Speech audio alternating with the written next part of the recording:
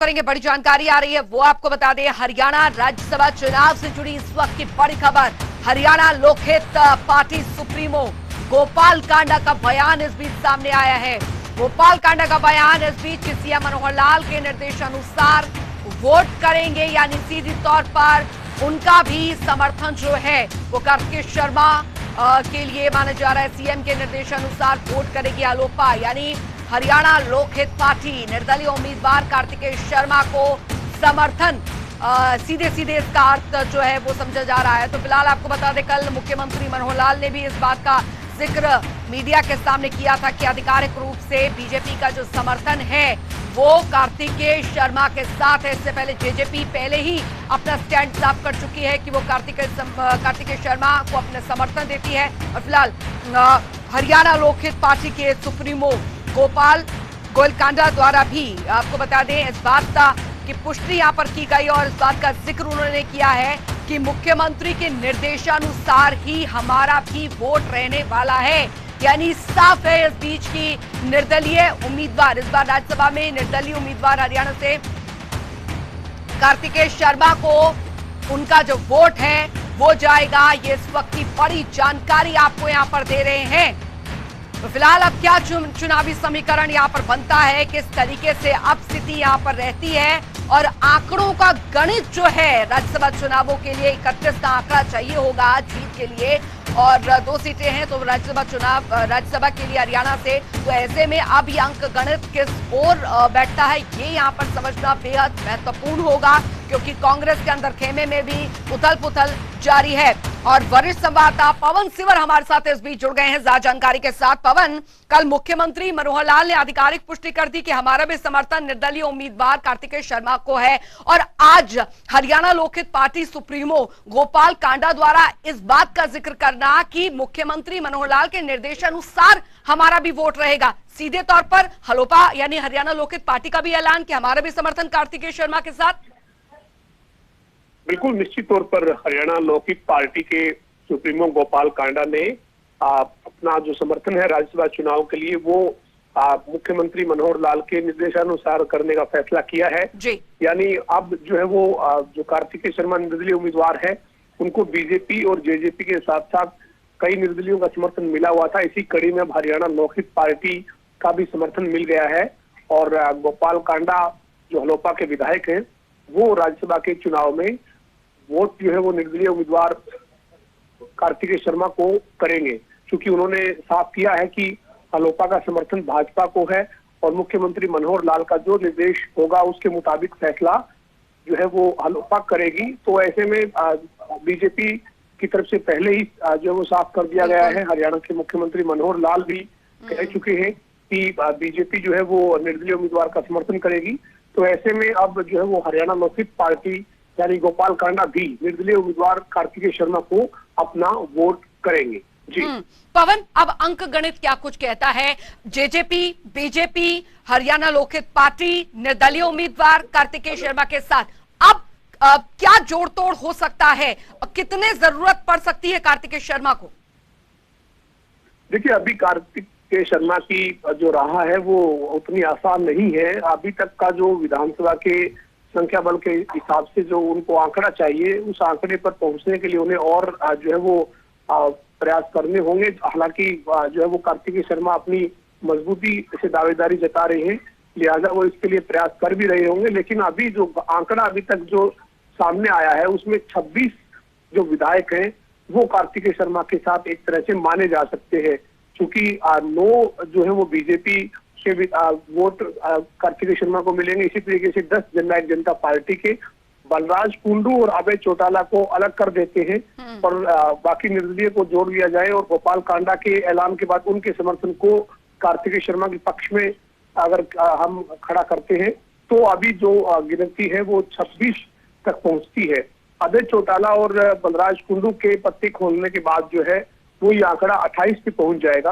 अगर 28 तक पहुंचने में कार्तिकेय शर्मा कामयाब हो जाते हैं तो उसके बाद कांग्रेस के और उनके बीच में बहुत ज्यादा जो वो फर्क नहीं होगा। अगर कुलदीप बिश्नोई जिस तरीके से नाराज चल रहे हो, अगर उनकी नाराजगी बनी रहती है तो कांग्रेस 30 पर है, कार्तिकेय शर्मा 28 पर होंगे, अभय चौटाला और बलराज कुंडू का समर्थन अगर हासिल कर पाते हैं तो ऐसे में जो अगर कांग्रेस में भीतरघात हो जाता है, कांग्रेस को जो डर लगातार सता रहा है, जिस डर के चलते कांग्रेस के विधायकों को आज छत्तीसगढ़ रायपुर में कांग्रेस लेकर गई है, अगर किसी तरह का भीतरघात हो जाता है तो फिर कार्तिकेय शर्मा के लिए जो है वो रास्ता आसान हो सकता है, अजय माकन को कांग्रेस को झटका लग सकता है। लेकिन ये सब चीजें 10 तारीख को जब राज्यसभा चुनाव के लिए मतदान होगा और उसके बाद जब नतीजे सामने होंगे उस वक्त साफ हो पाएगी। इस नामांकन दाखिल करने के बाद के जो 10 दिन मिले हैं सभी को, उसमें कौन किसके ऊपर भारी पड़ता है। अच्छा, इसकी स्क्रिप्ट तो दिल्ली में ही लिखी जानी है पवन, क्योंकि कुलदीप बिश्नोई तो 9 तारीख का इंतजार कर रहे हैं जब राहुल गांधी विदेश यात्रा से वापस लौटेंगे, और जो जिद पकड़कर वो बैठे हैं कि राहुल गांधी से मुलाकात करनी है, राहुल गांधी से मुलाकात करनी है, वो मुलाकात होगी और उसके बाद स्टैंड क्लियर होगा कुलदीप बिश्नोई का।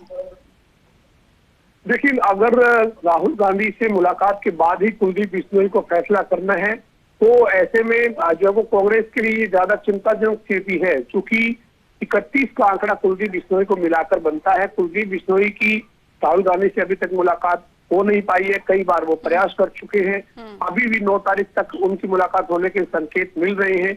लेकिन अगर वो मुलाकात नहीं होती है तो आप समझिए कि कुलदीप बिश्नोई का जो वोट है वो फिर कांग्रेस के पक्ष में जाएगा या नहीं जाएगा, ये कहना जल्दबाजी होगी, क्योंकि कांग्रेस को वोट देंगे या नहीं देंगे ये कुलदीप बिश्नोई भी कह चुके हैं कि वो अपनी अंतरात्मा के आधार पर फैसला करेंगे, उनकी जो आत्ममंथन जो करेंगे उसके बाद ही फैसला करेंगे। तो कांग्रेस अभी कुलदीप बिश्नोई को अपने खेमे में एक तरह से खड़ा मान भी नहीं रही है, गिन भी नहीं रही है, और यही वजह है कि भूपेंद्र सिंह हुड्डा ने अजय माकन के नामांकन के बाद कहा था कि हम तो 30 के आंकड़े से ही राज्यसभा में चले जाएंगे, एक सीट हमारी राज्यसभा में कंफर्म हो जाएगी। हालांकि हम भी चाहेंगे कुलदीप बिश्नोई वोट करे, 31 वोट हमें मिले, लेकिन हम 30 के आंकड़े पर भी वोट जो है वो हमें मिलते हैं तो कांग्रेस का उम्मीदवार अजय माकन जो है वो राज्यसभा चले जाएंगे। लेकिन अब कांग्रेस की चिंताएं लगातार बढ़ी हुई है, भीतरघात का कांग्रेस को डर सता रहा है। इसी वजह से कांग्रेस के तमाम जो विधायक हैं वो रायपुर में एक तरह से घेराबंदी के बीच में है और कार्तिकेय शर्मा अपनी जीत सुनिश्चित करने के लिए लगातार प्रयास कर रहे हैं। बीजेपी का समर्थन उनको मिल गया है, मुख्यमंत्री मनोहर लाल का बयान आ चुका है, हलोपा के अध्यक्ष गोपाल कांडा ने उनको समर्थन कर दिया है। तो ऐसे में अब जो है वो कहीं न कहीं ये जो मुकाबला है वो और ज्यादा दिलचस्प होता नजर आ रहा है, और 10 तारीख का इंतजार है और देखना होगा राज्यसभा के चुनाव के जो नतीजे होंगे हरियाणा के 10 जून को जो आएंगे, वो 2016 का जो राज्यसभा चुनाव था हरियाणा का, जिसमें पूरे देश भर में सुर्खियां बटोरी थी, इंक कंट्रोवर्सी इंट्रोड्यूस हुई थी, क्या इसी तरह का कोई शह मात का खेल इस बार भी राज्यसभा में हो पाएगा या नहीं हो पाएगा, ये नतीजे तय करेंगे। बिल्कुल, जाहिर तौर पर जो जानकारी मिल रही है, राहुल गांधी विदेश यात्रा से तो वापस यहाँ पर लौट चुके हैं पवन, लेकिन एक बात साफ है कि यहाँ पर कुल मिलाकर जो गेम चेंजर है वो यहाँ पर 3 नाम है जिनका जिक्र आपने किया है, अभय चौटाला, दूसरा बलराज कुंडू और तीसरे कुलदीप बिश्नोई। इन तीनों पर नजर रहने वाली है कि आखिरकार ये गेम चेंज यहाँ पर कर सकते हैं राज्यसभा चुनाव को लेकर, और मुश्किलें यहाँ पर किसकी बढ़ती है वो तो 10 तारीख को यहाँ पर पता चल पाएगा जब राज्यसभा चुनाव होने के बाद नाम अनाउंस होगा। बिल्कुल, निश्चित तौर पर जो सबसे बड़ी भूमिका एक तरह से अब रह गई है वो बलराज कुंडू, अभय चौटाला की एक तरह से रह गई है, क्योंकि बाकी जो सारे समीकरण हैं जो कार्तिकेय शर्मा के पक्ष में आ सकते हैं वो कार्तिकेय शर्मा को जो है वो एक तरह से मिल चुके हैं, यानी बीजेपी, जेजेपी के अलावा तमाम निर्दलीय उनका समर्थन कर रहे हैं। ऐसे में अब जो है वो बलराज कुंडू, अभय चौटाला पर सभी की निगाह टिकी है कि उनकी तरफ से क्या फैसला लिया जाता है। गोपाल कांडा के भी फैसले का इंतजार था, गोपाल कांडा ने आज सुबह ही जो ये साफ कर दिया है कि मुख्यमंत्री के निर्देशानुसार और बीजेपी का जो फैसला है हलोपा उसके साथ है, यानी वो भी कार्तिकेय शर्मा के साथ चले गए हैं। तो कार्तिकेय शर्मा के पास अभी जो आंकड़ा है उस आंकड़े में 26 की स्थिति लगभग साफ दिख रही है, और 2 जो अभी जिनका इंतजार है वो है अभय चौटाला और बलराज कुंडू।